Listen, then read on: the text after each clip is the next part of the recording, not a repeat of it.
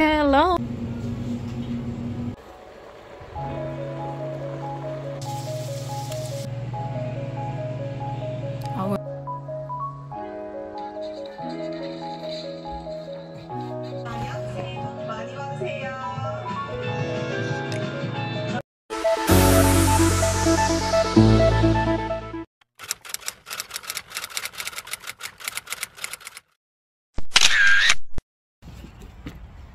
Hello, good afternoon. Happy Sunday everyone. At saka it's December 31st. So bukas 2024 na. So guys, mamili ako ng ano pang dinner namin.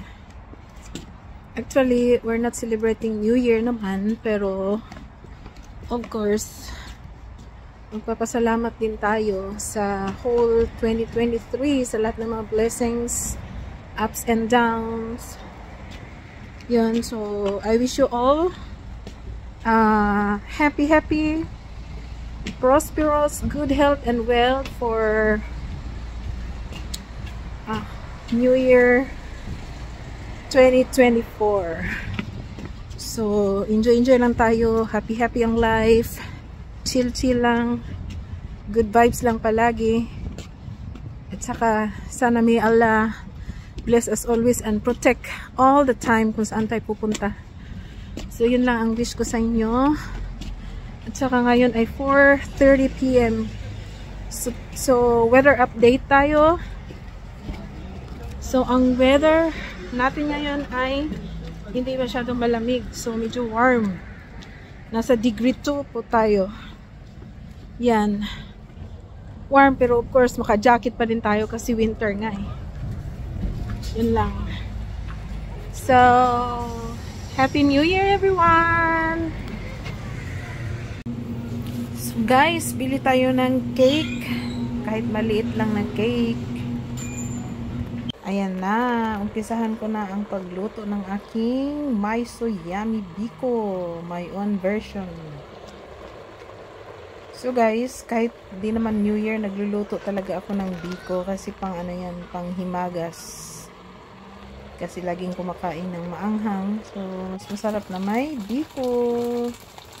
So, ayan ang biko, nalatik na natin. Ayan, pang ano ko yan, pang toppings. Latik na ang ating biko. Ang toppings natin hindi pa tapos. So, ngayon, ilunod ko na yung biko. So, ayan na. Kunting-kunti na lang, lutong-luto na siya. Yun. At saka, nagluto ako ng guys. Tapos na. Malapit ako matapos magluto. Ito lang ang aming kainin for dinner. Ayan. At saka yung ating chicken tikka. Ayan. Nakasalang na yung chicken tikka natin. So, ito yung simple dinner guys. Let's have dinner. Kain po tayo. Happy New Year everyone. Ganun lang kasimple. Sana healthy tayong lahat itong 2024. Healthy at mas lalong uunlad ang ating pamumuhay.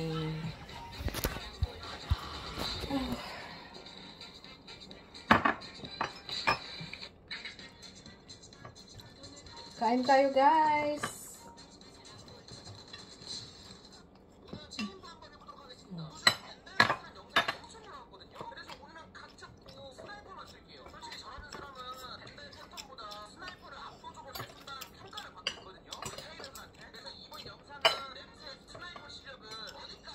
Maghapunan tayo kasi pagkatapos nito, pahinga lang ng konti, matutulog na. Hindi uso dito ang maghintay ng 12 o'clock para salubungin ang 2024. Matulog kami, pagising namin, 2024 na.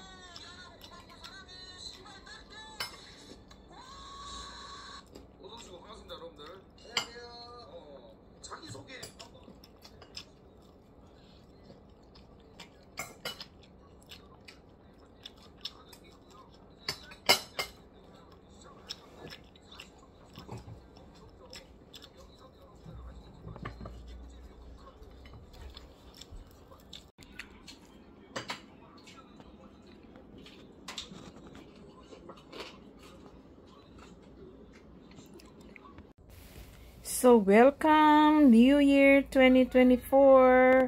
So, wish you all the luck and happiness in our lives. At saka good health always. And prosperity sa ating lahat. So, mayaman na tayo pag walang magkakasakit sa ating lahat ng member ng ating family. So, yun ang wish natin, na sana good health lang tayo palagi at uunlad ang ating mga buhay-buhay. So, Happy New Year everyone! Prosperous New Year! Ayuyo! Ayuyo! Ayuyo! Yoyoyo! Yoyoyo!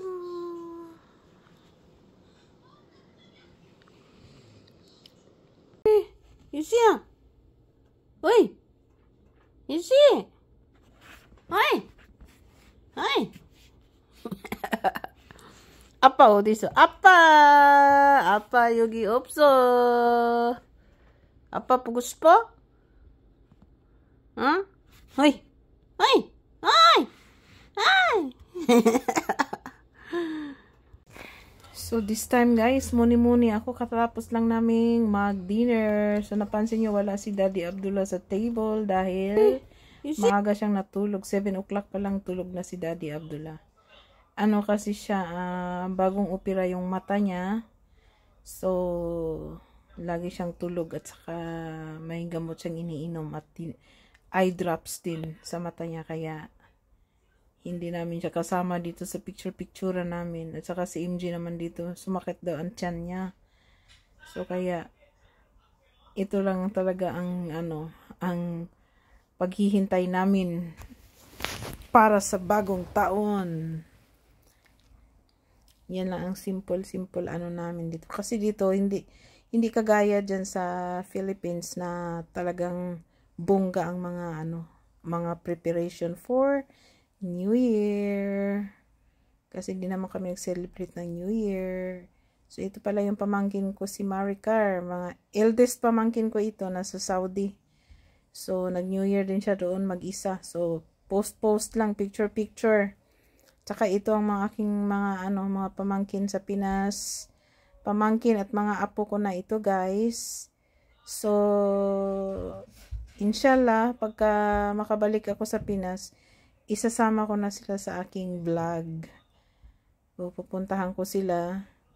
So, mga pamangkin at apo ko na yan. Ito mga apo ko na to, 3. Apo sa pamangkin. Yan.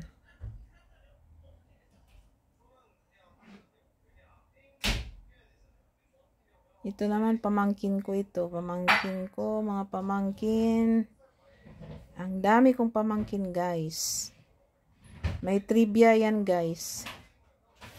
Yan? 8 lahat silang, mga pamangkin ko. So, yan lang, guys, ang ma-share ko this, end of the year 2023 and welcome 2024. 인터뷰에서 안재현 씨의 첫인상을 묻는 질문에 하얗고 서한 분 같았다는 미식적인 삶을 살고